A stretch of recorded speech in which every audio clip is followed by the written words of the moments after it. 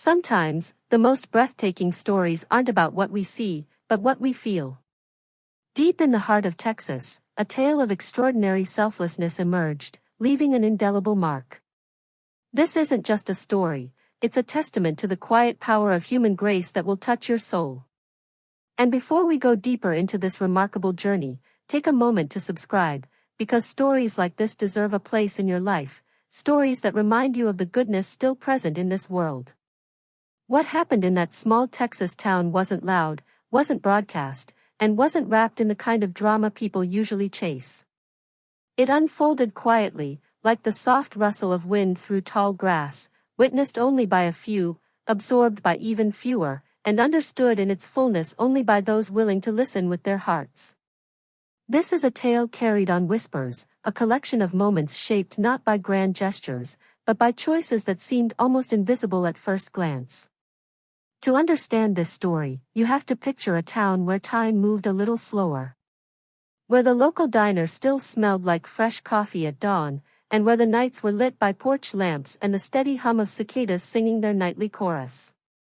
It was in this unassuming place that a woman named Maren quietly lived her life. She wasn't famous. She wasn't celebrated. She was simply present, fully, consistently, achingly present for a community that had learned to rely on her without ever asking how she bore the weight. Maren had always been the kind of person who noticed the small things.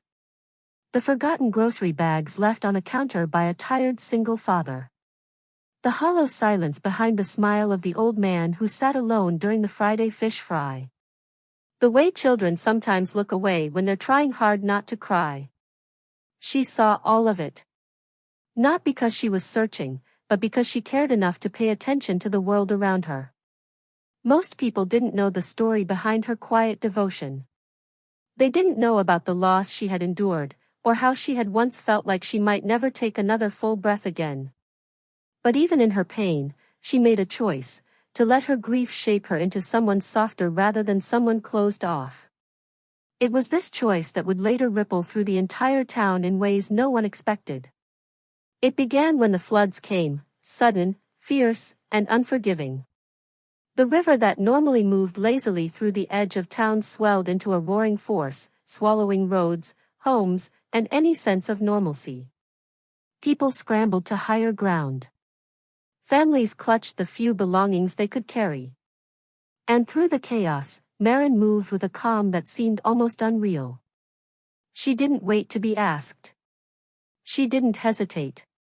She simply began checking doors, calling out names, guiding people through water that reached her waist, then her chest. She returned over and over again, each time carrying a child, a frightened pet, or an elderly neighbor too weak to navigate the rushing current. And when the first responders finally reached that part of town, they found something unexpected. Dozens of people safely gathered in the old church on the hill, every one of them alive because of her. But that wasn't the end of her story. In fact, the flood was only the beginning. In the weeks that followed, when the waters receded and the muddy aftermath settled like a heavy blanket over the community, Maren became a constant presence among the ruins. She helped rebuild not just homes, but spirits. She organized meals, comforted grieving families, repaired broken fences, and walked the streets late at night with flashlights, checking on anyone who might still be too shaken to sleep. She did this without keeping track, without seeking credit, and without accepting any reward. She simply believed that if she had the ability to help, then she had the responsibility to act. What people didn't see were the nights she returned home utterly exhausted, clothes soaked with rain or river water or sweat, hands trembling from hours of labor. They didn't see her pause at her doorway, gather herself, and remind her own aching heart that she was still healing from wounds no one could see. They didn't know that every act of kindness she offered was not just for them but also for the memory of the person she had lost, the one whose absence had once threatened to undo her entirely.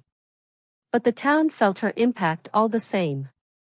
And slowly, something remarkable began to happen. People who had once kept to themselves started checking on their neighbors. Strangers began offering help without being asked. Families opened their homes to those still displaced. And in small, scattered moments, moments that looked ordinary but weren't, the quiet spirit of selflessness Maren embodied began spreading through the community like a gentle warmth after a long, cold night. One evening, months after the floodwaters had disappeared, the town gathered for a simple dinner under strings of soft lights. It wasn't planned as a celebration, but it became one.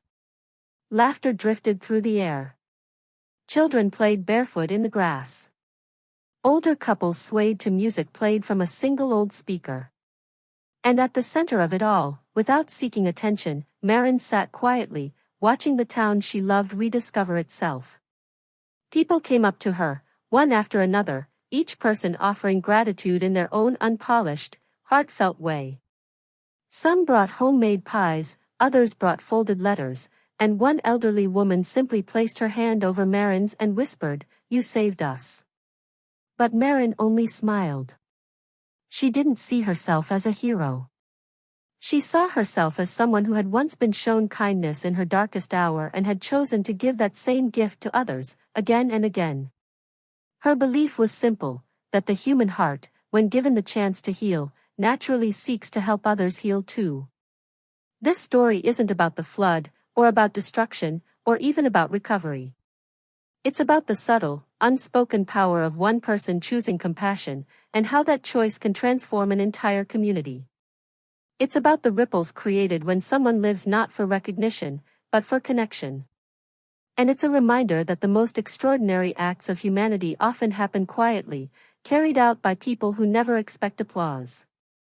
And as this story continues to echo through that Texas town, through rebuilt homes, through families who now greet each other with warmth, through the children who learned what courage truly looks like, there's something deeply beautiful to hold on to, that even in the face of devastation, the human spirit has an incredible capacity to rise, to give, and to inspire. If stories like this move you, if you believe in the quiet strength of ordinary people doing extraordinary things, then take a moment now to subscribe. Not just to support this channel, but to stay connected to the stories that remind us of who we can be when we choose compassion over comfort, action over hesitation, and love over fear.